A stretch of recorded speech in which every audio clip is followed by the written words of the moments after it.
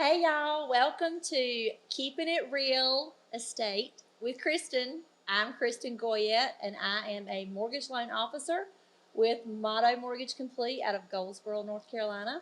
And I'm super excited because this is our very first episode and I've got a very special guest with me today, Miss April Parrish, a realtor with Remax Complete out of Goldsboro, North Carolina.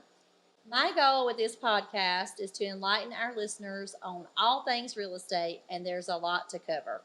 So, with that being said, April, welcome to the show, and thank you so much for being my very first guest. You are so welcome. This is such an honor, and congratulations on this podcast. I am so excited for you. This is going to be great. Thank you so much. This is going to be a great way to educate the public on the home buying process in real estate.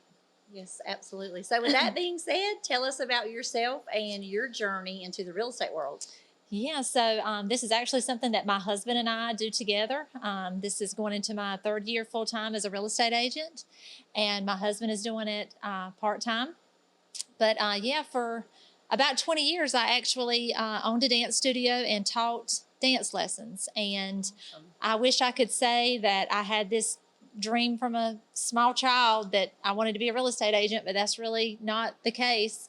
My dream was to own my own dance studio and to teach dance to little kids. And I feel like I have fulfilled that dream and been able to do that for so many years. But as I've gotten older, my body has gotten older, and I kind of just wanted to be able to go out on my own terms. And there was one of the dancers that grew up at the dance studio taking dance lessons and helped me teach classes.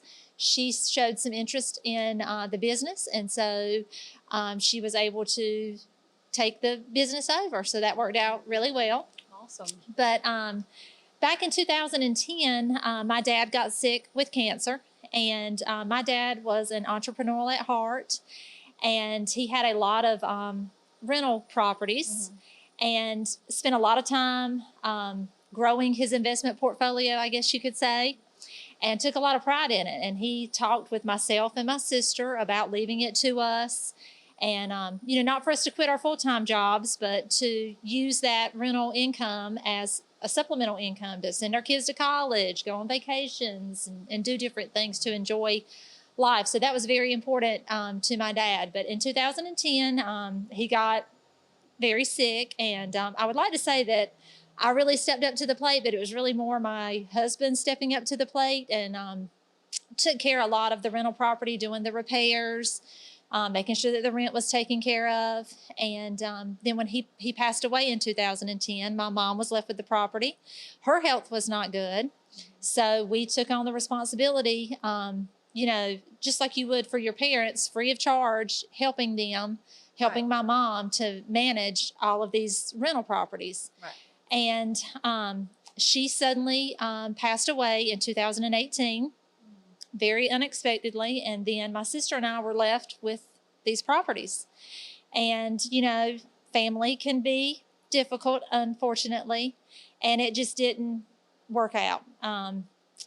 We tried our best to get on the same page with my sister and brother-in-law, but it just did not work out. And really the only thing to do was to sell the property. So going through the process of those transactions, it really opened up my eyes and my husband, Gene, his eyes to the real estate world.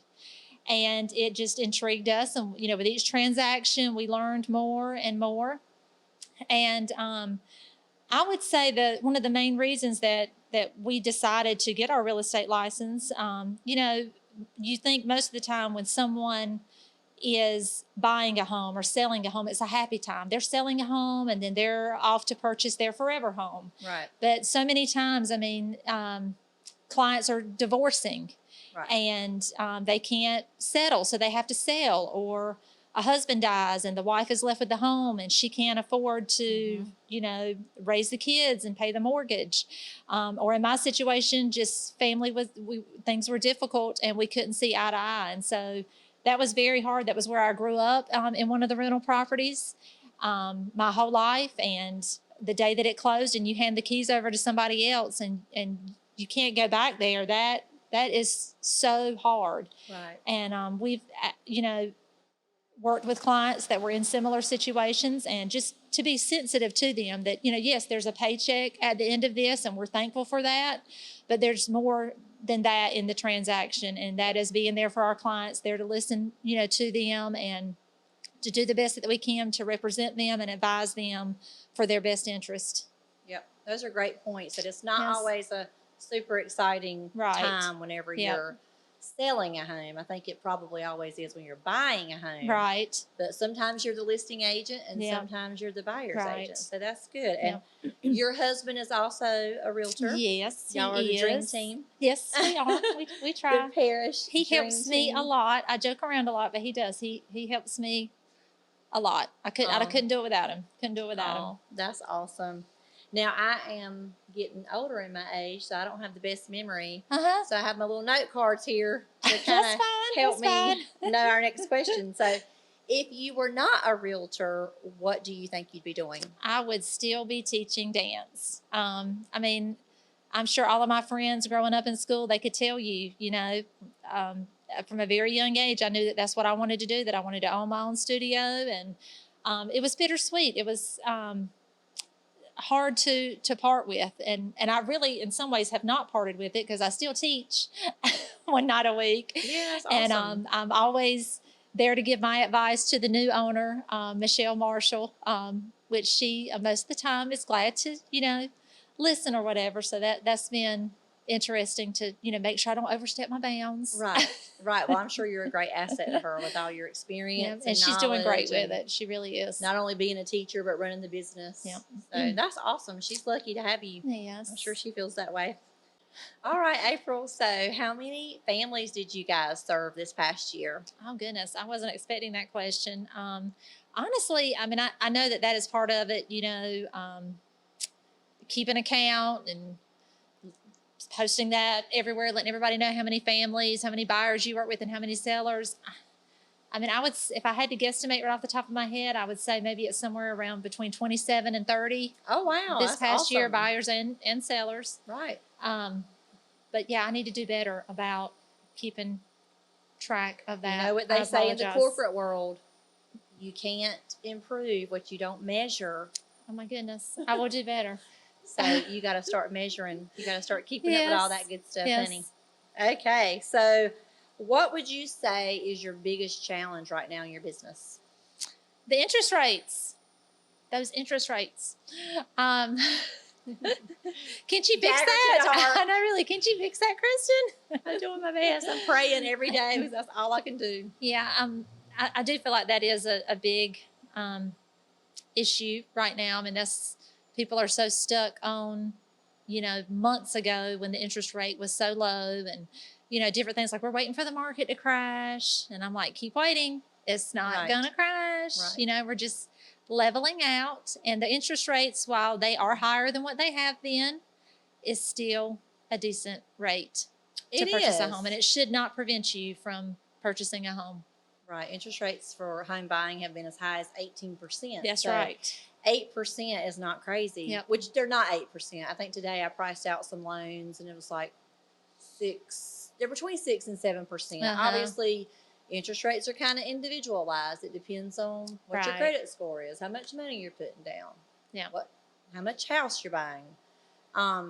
But I came into the real estate world on the back end of that beautiful percentage rate decrease, and I find it kind of oxymoron that people were willing to pay double for a house, Right. basically, because they had a 2% interest rate, Right. 3% interest rate. Yeah. And now the housing market is kind of shifting, where houses are being priced kind of back down to normal a little bit. Yeah. But now the interest rates are a little elevated, but you're kind of still in the same boat. Right. Yeah. I But- agree.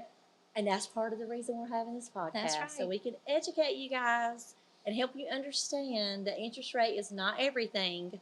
Yeah. But and also media. I think the media and their scare tactics, Yes. the sky is falling, the sky is falling. We're not going to have another market crash. Right, I agree. So please don't wait for the market Right. to crash, because you'll never get a house. Right. I agree. So yeah, that's part of the reason I wanted to do this podcast. Yeah. That's good. So I know that every deal we close is what we would consider a success story, because we're always happy to get to the closing table. Yes. But each transaction is also very unique. So, what would you say is maybe your greatest success story in real estate? Yes. So, I mean, always helping the first time home buyer. And we just recently had a client, first time home buyer.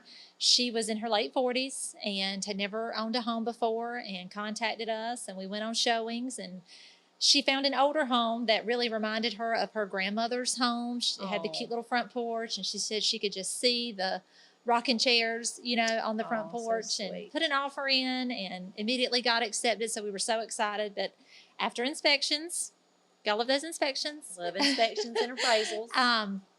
There was some pretty strong issues with the foundation underneath the house, and just going back and forth, negotiating, getting someone out there to get estimates. We were able to negotiate and get her $12,000 worth of work done underneath the house after she purchased the home. So that was really great, and she was just so thankful. I mean, we had to extend the due diligence and extend the closing a few times, and it was just precious the day of closing. She was really, really happy. Oh, that's so sweet. Yes. Good negotiation skills. All right.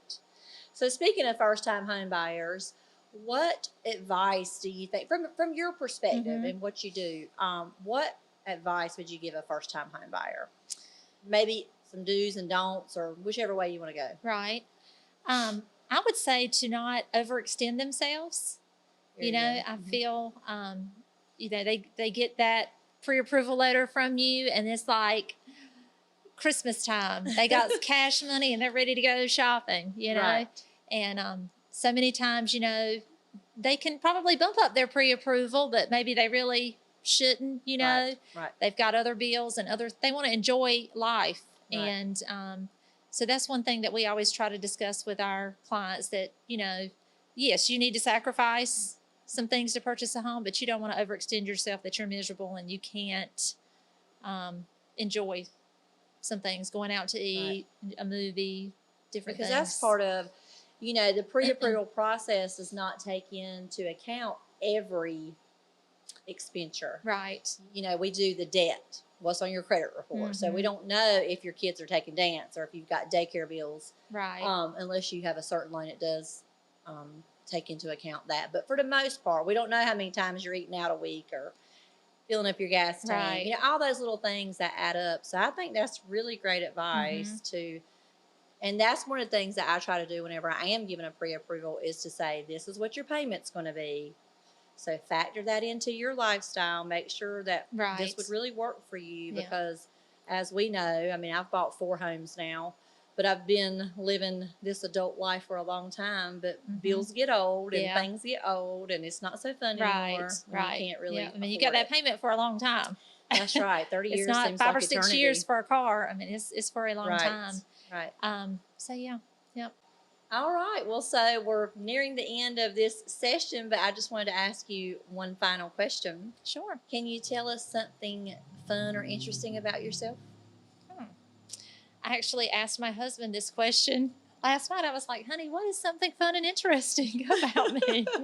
I'm an open book, wouldn't you say, Kristen? Yes, but I think you definitely have fun and interesting qualities. So he said that I like to clean my house, that I cannot start my weekend until my house is clean. And I was like, really, honey? But he is right. I start on Thursday, and sometimes it doesn't get done, and then Friday. But by the weekend, I've got to scrub them toilets and mop the floor. Got to start with a clean house for the weekend. Absolutely. Well, the very first time I came to your house, that's the first thing you told me. Yes. So your husband is spot on. He knows you very well.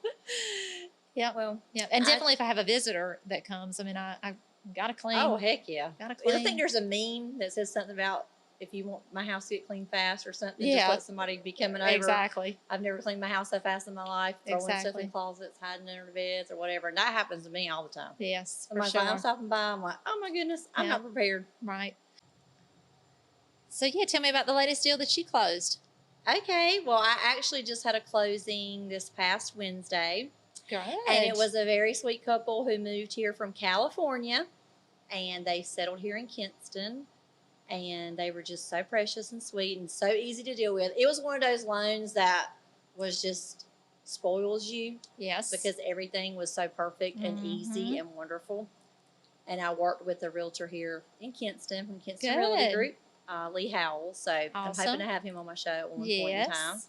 But yes, and so the fun part, well, not the fun part, because it's not fun, because I love people and I love to meet people and get to know people. But in my world, things are very virtual. Everything's done over the telephone, through the emails, through the application system. So I did not get to meet them until closing day. But, by then you already feel like you know them. Right. So, of course, I wasn't shy at all by going up to them and saying, thank you for, choosing me to serve you. And they were just super excited to finally get settled here in Kinston because they had been renting like an Airbnb. And they were like, I'm ready to get home. Awesome. So, yeah, it was awesome. It was and there's so many few lenders or loan officers like yourself that actually attend the closings. I think that is so great that you take the time, if possible, that you go to the closings. I always try to go to my closings. I mean, it's such a good experience. And yeah, I love to get to meet them. Yes. And I want to show my sincere appreciation. Yes. And, because they could choose anyone. They could choose a bank or another broker, and they selected me, and and I pray that all the time. I'm like, dear Lord, do not let me ever lose this appreciation. Right. As I grow, hopefully. So, yeah. Yes. Thank you. That is awesome. That is awesome. And how about you? Let's talk about your most recent deal that you closed. I believe it would be the lady I just spoke about. Okay. Yep. It closed about 2 weeks ago, and yeah, she was so excited, excited that that just warms your heart. I mean, it's so great when you can sell the large, more expensive homes. Don't get me wrong, but there is just something so great about the $150,000 homes that people are just in tears. Their first time, so thankful, and yeah. Absolutely. That was good experience. So how about being a listing agent versus a buying agent or buyer's agent? I mean, do you have a preference? Do you really love both? I mean, tell me a little bit about your feelings I like on that. both. I mean, there's sometimes that, you have more buyers than you do sellers, and then vice versa. And I feel like sometimes when I'm like the buyers, I'm like, oh my gosh, send me the sellers. And then when I got the sellers, I'm like, oh my gosh, send me the buyers, Right.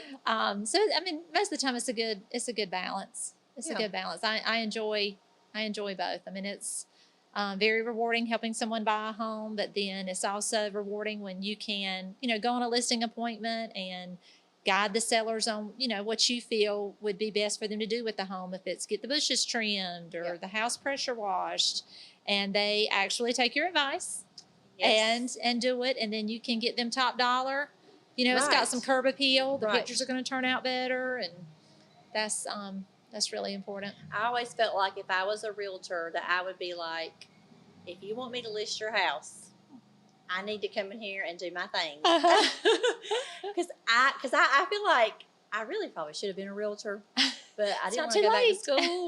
No, it's not too late. There are unicorns out there who are realtors and mortgage loan officers, but I don't know about that. Maybe in my next life. But anyway, because I have like a vision for how things should kind of look, and obviously decluttering and things, but that's just a little funny. When I look at some of the postings or listings and the pictures, I'm like, what in the world? I'm like, those poor agents. I know they're like, please clean this mess up. Yes. So guys, if you want to list your house for sale, you need to declutter. Yes. Clean. If you want to get a fresh paint job, that's always nice, but not necessary. But definitely making things look presentable and not like it's yours anymore. I think it needs to look like they can see themselves there. And if you've got all your stuff everywhere, then buyers are not going to feel that way. Anyway, so there's my little real estate tip. Yeah, you're exactly right. I love it. Yep. Well, April, thank you again for being my very first guest. You are welcome. And my very dear friend. Yes, love you. And so before we end, I guess my last question will be, tell us how we can contact you if we're interested in your services. So if you would take your phones out now My number is 252-560-3636. My email is aparishrealtor@gmail.com. You can also reach my husband at 252-560-3450. His email is gparishrealtor@gmail.com. We love social media. We're on Facebook, Instagram, TikTok occasionally. Yeah, we're easy to find. We're easy to find. You'll be able to find us. Yep, give us a call Yes. if you're looking to buy or sell. We would love to help you. We take a lot of pride in helping our clients, and we'd love to work with you. I do call April the real queen because she loves to make reels and she's just so cute when she does them. But anyway, so thanks again, and thank you guys for tuning Yes. in to Keeping It Real Estate with Kristen. Have a great day.